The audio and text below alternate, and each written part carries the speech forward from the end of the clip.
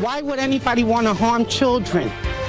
Breaking news, a 6-year-old boy murdered, his friend fighting for her life. Tonight, the search for a killer. Good evening, I'm Cindy Hsu. A split-second decision ends in tragedy. The two friends were in an elevator when a man attacked, stabbing both of them before running off. CBS 2's Jessica Schneider is live in East New York with the breaking news. Jessica? Well, Cindy, this has been a massive police scene since 6 o'clock tonight when those two kids were inexplicably stabbed inside this housing complex at the Boulevard houses here on Skank Avenue. She and 6-year-old Prince Joshua Avito were going inside to get a snack when police say a man in his 20s stabbed them. They weren't going upstairs to get ices. That's it. They weren't bothering anybody. Sophia Diaz knows both children. They were taken to Brookdale Hospital where 6-year-old Prince Joshua died from his injuries. Oh, Lord, don't let this happen to nobody else, kids. There is little comfort and few answers for this mother grieving the death of her son, 6-year-old PJ Avito. The first grader was stabbed to death inside an elevator at the Boulevard houses on Skank Avenue. Everybody loved PJ. Everybody loved PJ.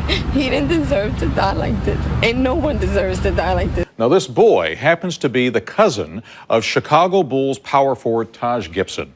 And in an emotional post on Twitter, Gibson wrote, "They killed my little Superman. R.I.P. PJ, only 2 more weeks until your 7th birthday. Tears forever." PJ and his best friend, 7-year-old Michaela Capers, were playing outside Sunday night, went upstairs to get a snack, but were met by a man who police say cornered them in the tiny elevator and stabbed each child repeatedly. PJ stumbled off at the fourth floor.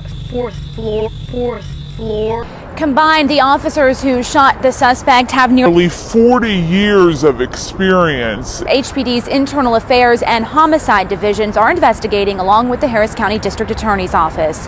We're live near downtown tonight. I'm Sally McDonald, Fox 26 News. Because 4 represent ritual, indeed, with the elites letting them know the hit has been done. Do y'all understand what's going on here? PJ stumbled off at the 4th floor. Fingerprint dust now covers the place he took his last breath. Hundreds gathered at the boy's funeral on Friday morning, including Mayor de Blasio, other elected officials, and the head coach of the Chicago Bulls, seen here on the left. PJ's cousin is Bulls forward Taj Gibson. It's really real hard just having that young face running around the barbecues, always saying, "Pick me up." I was in the courtroom as Daniel St. Hubert appeared before a judge for the first time. Let's show you video from that arraignment as prosecutors read the charges, calling them vicious and heinous, these crimes. And you can actually see St. Hubert briefly and imperceptibly shake his head as if to say no as the prosecutor laid out this case. We learned new details, including how eyewitnesses watched St. Hubert enter the building at the Boulevard houses along with these two kids, and a few minutes later he ran out, falling on his way, then picked himself up and kept running. And at the very spot where he had fallen, prosecutors say that's where police found the bloody knife, and on the handle of that knife, DNA that matched the violent career criminal.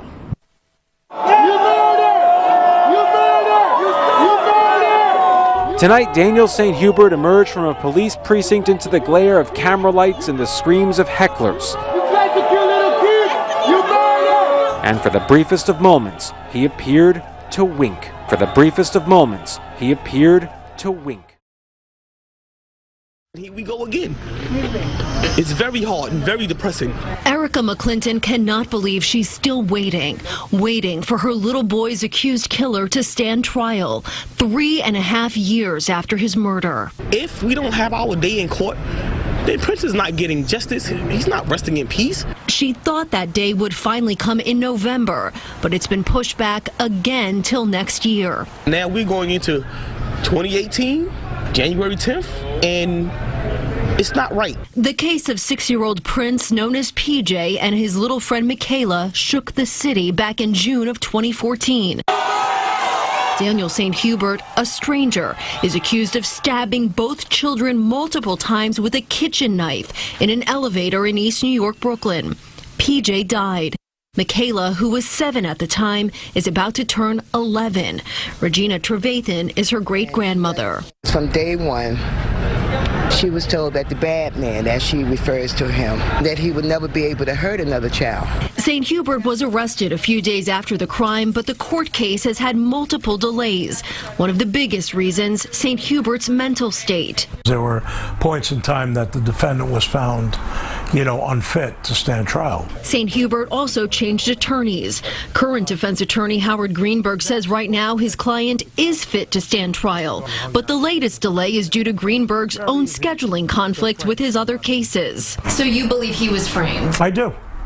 He's a patsy. He's being made to take the fall because they can't find the real killer.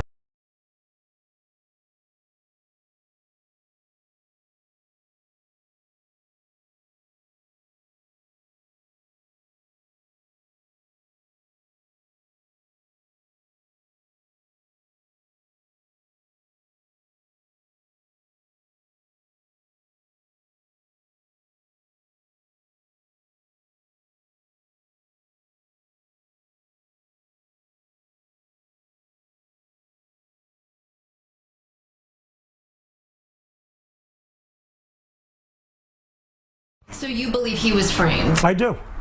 He's a patsy. He's being made to take the fall because they can't find the real killer. As for Michaela, she may be called to testify when the trial does begin. Michaela's not getting justice. This child has to go on with her life. To me, it seems like they're holding up that baby's life that is here. Michaela's great-grandmother says the little girl still suffers from PTSD and sees a therapist every week. They just want her to finally be able to put a trial behind her. From the courthouse in downtown Brooklyn, Andrea Grimes, CBS 2 News.